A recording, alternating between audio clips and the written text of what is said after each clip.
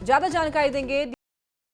अमित हमारे साथ जुड़ रहे हैं। अमित, देखिए, आरक्षण सीमा बढ़ाने को लेकर के पटना हाईकोर्ट का फैसला आया, एक बार पूरी जानकारी दीजिए। जो आरक्षण की सीमा बढ़ाई गई थी जातीय जनगणना के बाद जो है बिहार सरकार ने जो निर्धारित जो आरक्षण का सीमा है 49.5% वो बढ़ा करके 65+10 किया था, यानी कि 75% जो है आरक्षण की सीमा कर दी गई थी, जिसके विरुद्ध में ये कोर्ट का दरवाजा, हाईकोर्ट का दरवाजा खटखटाया था गौरव ने। और आज उस पर सुनवाई करते हुए कोर्ट ने ये निर्णय लिया है कि जो नियमावली है, जो पूर्व से संविधान में जो नियमावली कहता है, उसके तहत 49.5% ही सीमा जो आरक्षण की है, जो पूर्व से निर्धारित है, वही लागू रहेगी बिहार में। राज्य सरकार ने जो सीमा बढ़ाने का निर्णय लिया 65% प्लस 10%, वो लागू नहीं होगा। तो कहीं ना कहीं कह सकते हैं कि बिहार सरकार के जो आरक्षण बढ़ाने का जो निर्णय था। अमित, आपको रोकना चाहूंगी, याचिकाकर्ता के वकील गौरव हमारे साथ जुड़ रहे हैं। गौरव जी, आपका स्वागत है न्यूज़ 18 पर। आपसे जानना चाहेंगे कि याचिका में आखिर क्या कुछ आप लोगों ने कहा था।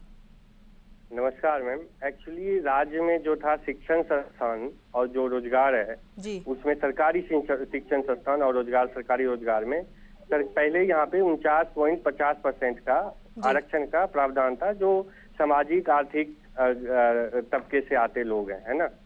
जो इंदिरा साहनी केस है 1992 का सुप्रीम कोर्ट, उसमें सुप्रीम कोर्ट ने कहा था कि 50% जो भी सरकार है, जो भी राज्य सरकार है, वो कोई भी आरक्षण लाना चाहती हो राज्य में, तो वो 50% के अंदर ही ला सकती है, यानी टोटल वैकेंसी या टोटल सीट का 50% से ज्यादा वो बियॉन्ड नहीं जा सकती।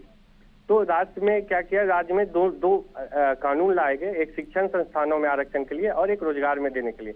इन्होंने 49.5% को बढ़ा के 75% कर दिया।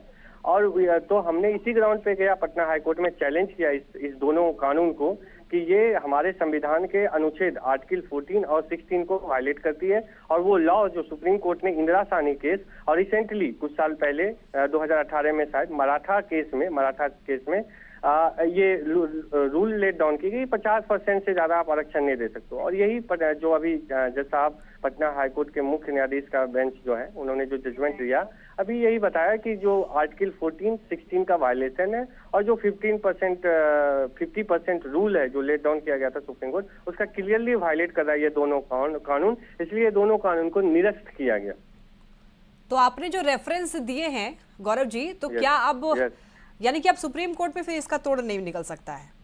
सुप्रीम कोर्ट ऑलरेडी रिसेंटली 2018 में मराठा जजमेंट में अपहेल्ड किया। और ये जो मराठा केस था उसमें ये भी कहा जा रहा था कि इसको लार्जर जो कॉन्स्टिट्यूशन बेंच, जैसे 9 जजेज बेंच थी, तो इंदिरा साहनी की केस थी, वो उसमें 9 जजेज की कॉन्स्टिट्यूशन बेंच थी, जिसने ये 50% का लॉ लेट डाउन किया था। जब मराठा जजमेंट आया, जो 5 जजेज कॉन्स्टिट्यूशन बेंच सुन रही थी कि जो 50% रूल महाराष्ट्र में वायलेट किया गया वो सही है कि नहीं, संवैधानिक सम्मत है कि नहीं है। और तो जो वकील थे महाराष्ट्र सरकार की तरफ से, उन्होंने कहा कि ये कोई सैक्रोसेंट रूल नहीं है जो वायलेट नहीं हो सकती है और संविधान के खिलाफ है। 50% जो है ये जो लॉ है ये लेट डाउन होना चाहिए, क्योंकि संविधान में इसका कहीं प्रोविजन नहीं है।